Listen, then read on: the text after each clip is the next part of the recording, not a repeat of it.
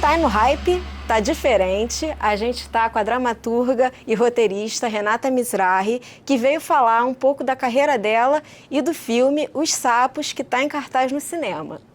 Me conta um pouquinho, veio de uma peça sua, certo? Sim, Os Sapos, ele veio de uma peça minha, que estreou no Rio em 2013 e ficou mais ou menos até 2019 em cartaz. E a peça foi baseada numa história que eu vivi a partir de uma encomenda de uma amiga minha que vivia uma relação de dependência emocional, isso em 2007. Na época, a gente não tinha esse termo relacionamento abusivo. Nem se falava nisso. Não era. Se alguém falava, não era popular como é hoje. E ela não conseguia sair de um casamento e ela me pediu para escrever uma peça sobre isso. Eu comecei a fazer uma pesquisa sobre dependência emocional, né? E estava tentando entender qual seria a história que eu ia contar, porque eu não queria colocar no palco uma coisa documental, não queria botar informações, eu queria contar uma história. E eu estava tentando entender qual história seria e que não fosse a história dela. Uhum. E aí, nesse meio tempo, eu tinha um relacionamento, o relacionamento terminou. Eu fui fazer uma viagem para o meio das montanhas, na Serra de Friburgo, para espairecer, a convite de um colega. E quando eu chego lá, que era uma coisa para ser assim com a galera, só tinha ele e uma espécie de namorada. E na época, assim, eu não tinha carro, eu não andava, não tinha Uber, não tinha nada. Então foi ônibus, outro ônibus, subi uma pirambeira de 5 quilômetros na estrada de terra. Então não era um lugar assim para ir embora. Ah, então tá bom, tchau. Não. Então, você teve que ficar. Eu tive que ficar. E aí eles falavam assim para mim: Renata, preste atenção quando você for no banheiro, porque tem muito sapo. A gente tira e eles sempre voltam. E aí eu comecei a observar que esse casal era uma espécie de casal, não era assim um casal tão definido, que isso gerava uma crise com a minha presença. E também apareceu um outro casal, só que um casal que, ao contrário desse casal que não era definido, era tão definido que era sufocante. Uhum. E aí, quando eu voltei, eu escrevi Os Sapos. Quando eu mostrei a peça para minha amiga, ela não tinha ainda condições emocionais de fazer. Ela esperava uma outra coisa, ela não falou, então eu não vou montar. Então, eu peguei o projeto para mim. Isso foi em 2008, 2009. O projeto estreia realmente em 2013. Eu dirijo a peça junto com a minha parceira Priscila Vítica. E a peça é um sucesso. E a peça acontece enquanto o filme também está acontecendo? Ou a peça não está? O filme ainda o filme nem existe. Não, mas agora, por exemplo. A gente está doido para voltar. Agora eu vou começar um fôlego, porque a peça foi em cartaz em 2019. Em 2020 teve a pandemia, então a gente não teve fôlego para voltar. E com a coisa do filme, né, tá em produção, eu acabei focando no filme. Mas é um projeto que eu quero muito voltar e muita gente quer que volte. Sim, porque como é que você fez essa transposição de linguagem? Quando a gente estreou a peça, eu tinha muito retorno, principalmente das mulheres, de que se identificavam muito com aqueles personagens. Muita gente do audiovisual falava: nossa, isso dá um filme, posso fazer esse filme? Posso fazer esse filme?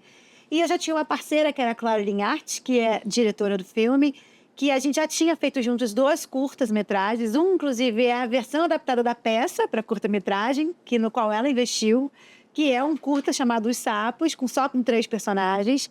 Então, a gente já tinha uma afinidade e a gente já tinha feito várias coisas juntas e uma parceria que funcionou muito. Então, eu falei, não, eu vou fazer esse filme com a Clara. A Clara tem uma produtora, ela é a proponente do filme, ela é a produtora e diretora do filme. E desde então a gente se uniu para fazer edital, para começar a movimentar esse projeto, até que o projeto passa num edital público, chamado FSA, né, Fundo Setorial do Audiovisual, isso em 2017.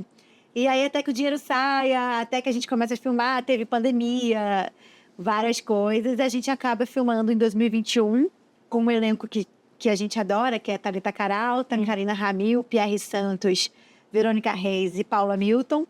E a gente estreou agora em 2025, né, início. E o filme tá, assim, antes de estrear, a gente teve uma carreira bonita em festival, ganhei melhor roteiro, a Clara ganhou melhor direção, o filme ganhou o melhor filme internacional na Argentina. E a Nina Glaternick, ela ganhou a melhor montagem. E me conta um pouquinho, porque, na verdade, essa personagem, ela cria uma coisa meio disruptiva, né, pro casal que está lá. Como é que é a dinâmica? Porque eu vi que é um elenco muito legal, que tem muita química, mas como é que foi essa dinâmica da personagem chegar lá? Como é que ela vem nesse sentido de ser disruptiva para o casal que está lá na... Na verdade, a Paula, que é a minha alter ego, não faz nada.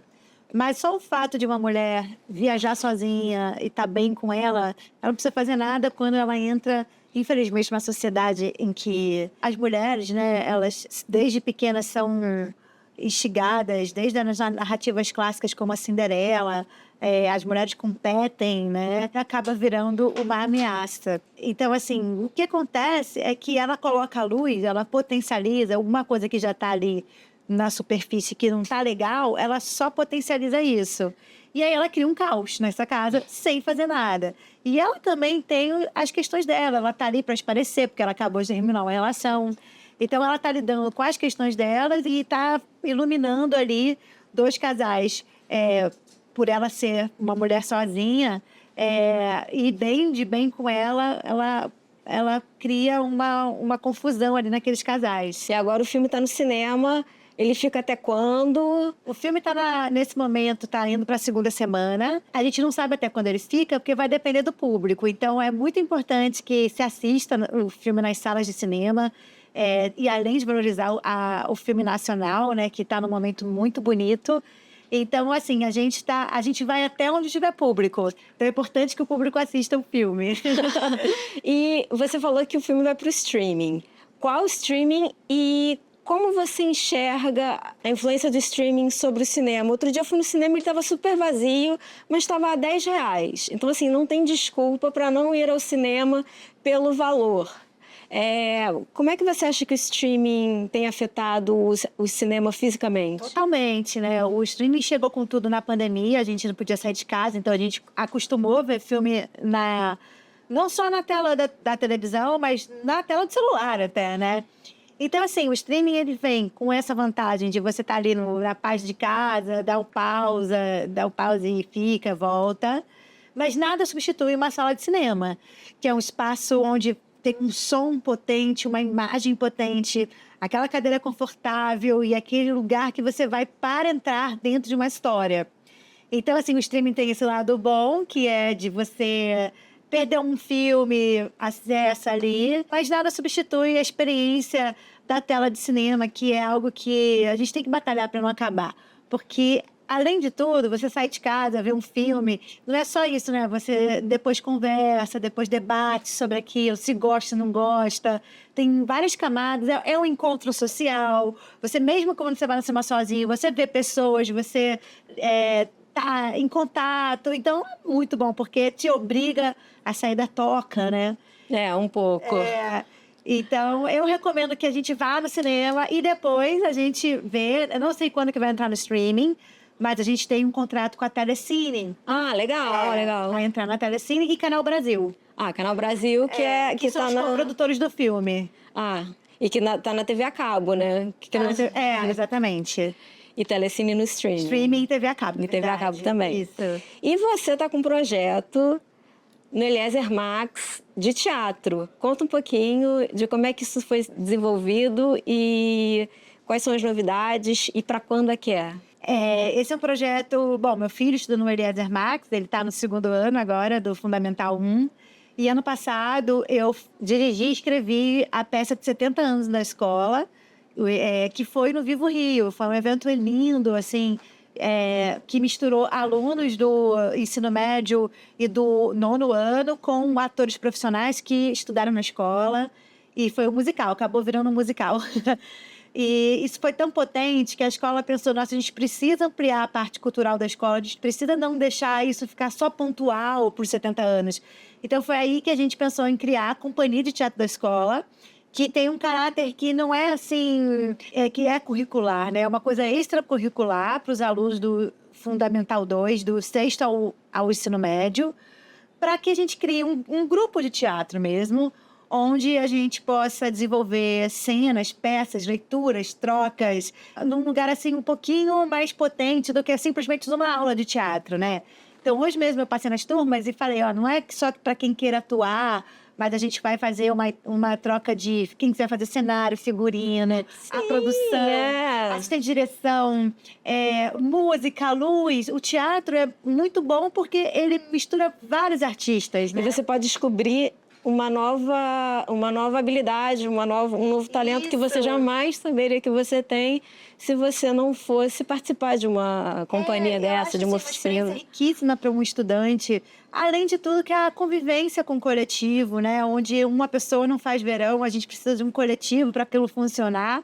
Então, é uma aposta na escola, que vai ser num horário fora da grade curricular, vai ser toda sexta, de 2 às 4. E a gente vai entender agora, vai começar agora em fevereiro e tomara que dê tudo certo. E eu acho que a gente tem que falar rapidinho de Oscar, que o Oscar está chegando, o Brasil tá no foco. Eu vi que você já trabalhou com a Fernanda Torres, então não posso deixar de perguntar. Exatamente.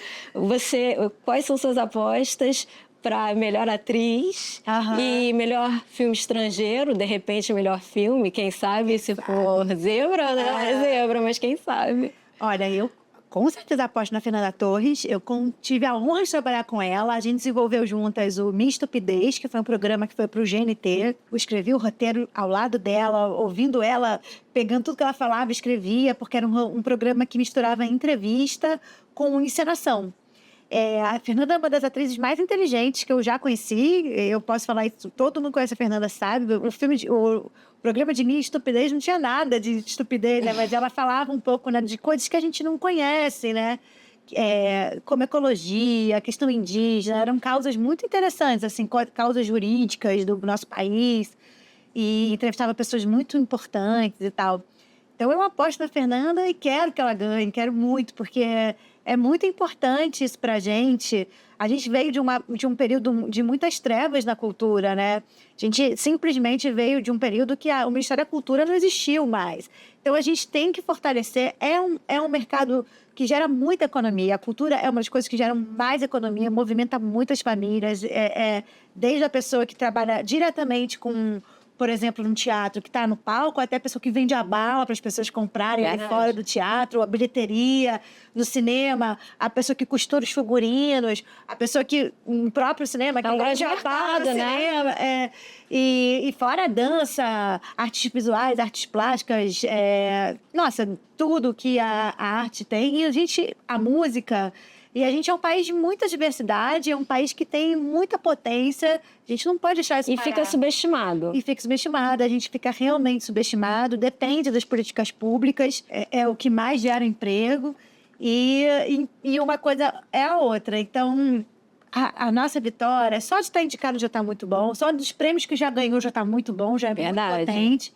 Mas a nossa vitória é um assinado embaixo de que a gente não pode parar. E vai ser um foco internacional no nosso cinema, o que pode alavancar ainda mais os outros filmes. Exatamente. Vai puxar muita coisa e talvez resgatar coisas que passaram despercebidas, vão ser iluminadas novamente. Então, eu torço ainda estou aqui, né? Para tudo, para ganhar tudo, quero que ganhe tudo. Passa a mão lá e volte para o Brasil. Então, pessoal, não deixe de assistir Os Sapos nos cinemas de todo o país. Aqui no Rio de Janeiro tem cartaz aonde? Nessa semana agora está no Estação Net Rio, aqui em Botafogo, e na Sala José Wilker, que é um cinema novo em Laranjeiras. Está entrando na segunda semana, acompanha o nosso Instagram, ossapos.filme, que lá a gente vai toda semana mostrar qual é a programação. Eu sei que na segunda semana vai entrar em cartaz também em Fortaleza, em Manaus, em Maceió, fora os lugares que já estão, que é Goiás, São Paulo, Rio Grande do Sul. Então, assim, toda semana renova as salas e mantém outras. Então, no nosso Instagram, ossapos.filme, tem toda a programação. E no meu Instagram também. Qual é o seu Instagram? @Renata Mizrahi. Então é isso, pessoal. Não deixe de assistir Os Sapos nos cinemas e quando entrar no streaming, assiste também, porque a gente tem que fortalecer o nosso cinema. Você tem algum recado para o nosso público? Eu já dei o recado. Assim, eu acho que continuar valorizando a nossa cultura. E estou muito feliz de poder estar aqui falando com vocês, que é tão importante esse espaço também. Muito obrigada.